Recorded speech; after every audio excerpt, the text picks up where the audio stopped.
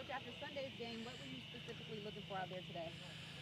Nothing really carrying over from Sunday's game, and we kind of put that one to bed. To me, this is a perennial playoff team. Great players, great defense, great run game. So, for us, it was just another opportunity for us just to see how we stack up against a team like this, how they operate, how they carry themselves, how we carry ourselves. Everything from warm up through 2 minute through everything, just to have a chance to come out and compete and get a bunch of full speed reps. Any update? What's going on with Robbie? Robbie has a little bit of a hamstring. Yes, that from last week's joint practice. That I thought maybe he'd be able to do some things. He got out here and did some indie, but that's about it. Shouldn't be real long. Not expecting it to be long term. How was the intensity levels different out here today versus what you did? Indy had like that large crowd, and so it felt a little bit more like arena-like, just because it was like their fan fest. Music was playing pretty loudly the whole time. This is a little more spread out, so it's always a little quieter out here, which is good. You have to think and operate. So I thought I was only on one field, but I thought going against that Ravens defense, that vaunted front, I thought we held our own, running the football, protected well. Weren't very good getting open and catching the football today, but in terms of the other things, the physicality of what they did and the blitz package, I thought, for the first day without watching the tape, I thought it was, about what we wanted. Matt, what is maybe missing with some of the connections in the passing game? It's like some breakups, some missed throws. It's just not clicking. They're good, and you like to have Robbie out here, and some of these guys are getting a little tired.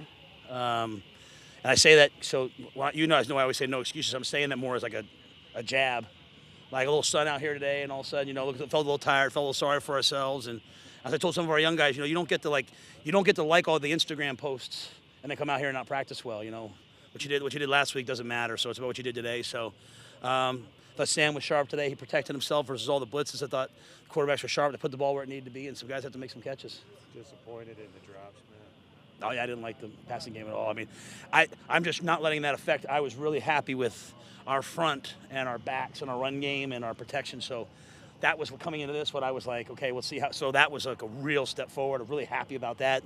The rest of it, that's why you probably saw me gather them up like, hey, this is a game of everyone doing their job. If 9 guys do their job and 2 don't, you lose. So we need everyone to kind of step up. Matt, are you expecting to have Rodney and Reggie for long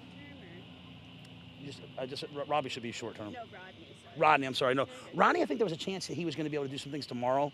Okay. Rodney has 2 career ACLs, so I'm going to be really careful with him. And Reggie's just kind of a chronic deal, so he's hopefully by the end of this week, maybe for the game, but definitely for next week, I think we'll have Reggie back. How was the cadence today after the false start? It was better. We tried to play some music, make some crowd noise. There's still some issues, with the young guys that have to get corrected, and we don't want to take the easy way out and just go on one cadence. These guys will eat you alive if you do that. So we're trying to mix cadences, and we're just going to keep doing it until we get it right.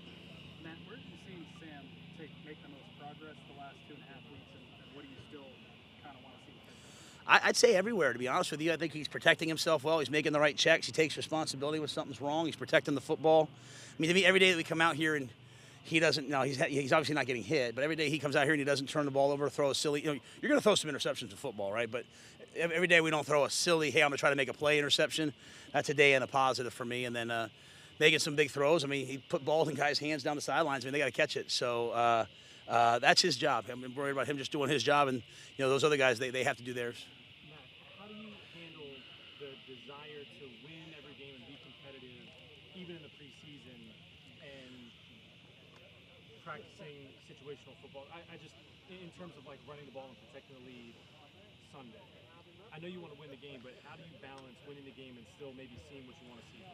I want to see us run the ball, so there's no doubt. Like we're gonna play the game the way the game was meant to be played in terms of situationally. Like at the end, we were calling our timeouts, trying to get the ball back so that we could have a chance to go down. They did everything they were supposed to. They took a knee. So I think we're trying to make sure we went back off the tape and coached all the situations there. We got in field goal range, we thought, before the half, and then weren't. So I think we're going to do all those things. And really, your ability to function in those situations is important. So I think we're going to do those things. What we won't do is we won't over game plan the games. We're worried about ourselves right now. Whether you go 3-0 or 0-3, 2-1, 1-2, doesn't really matter. It's better if you're getting better as a football team. So that being said, we want to win. We just want to win without the coaches trying to win the game. We want the players to go out and execute, play well, not have penalties, take the ball away, and win the football game. So that'll be our message this week. Matt, you guys got Denzel back out there today. Were you able to see much out of him? I didn't see him do anything. I just knew he was just going to warm up and do some indies. So hopefully he'll be able to do something more tomorrow. And then is Keith getting close to coming back? We've seen him out here. You know, I think he was in a green yesterday. Yeah, sorry, I'm hot.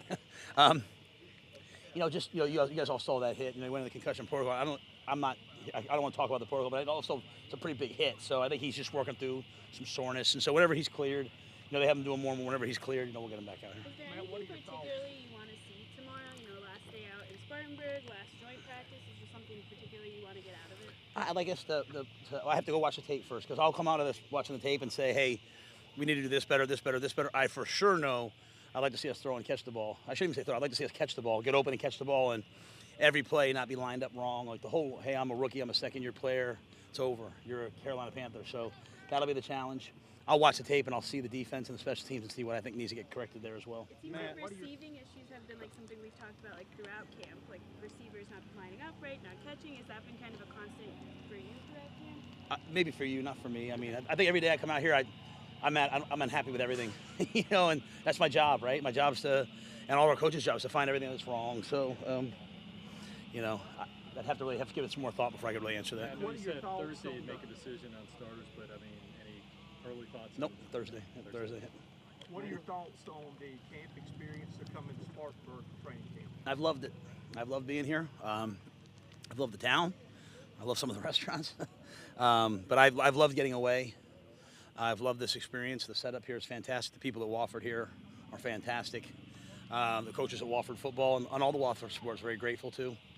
And I think it's been really good for us. We'll take a couple more questions. Matt, on these joint practices, I wasn't in Indy, so correct me if I'm wrong, but it seems like you normally watch the offense when given a choice. And what goes into the thinking about doing that? I think usually the head coaches go so they can protect their own quarterback with the whistle. So the officials are trying to call it like a game. If you start asking the officials to blow sacks, not blow sacks.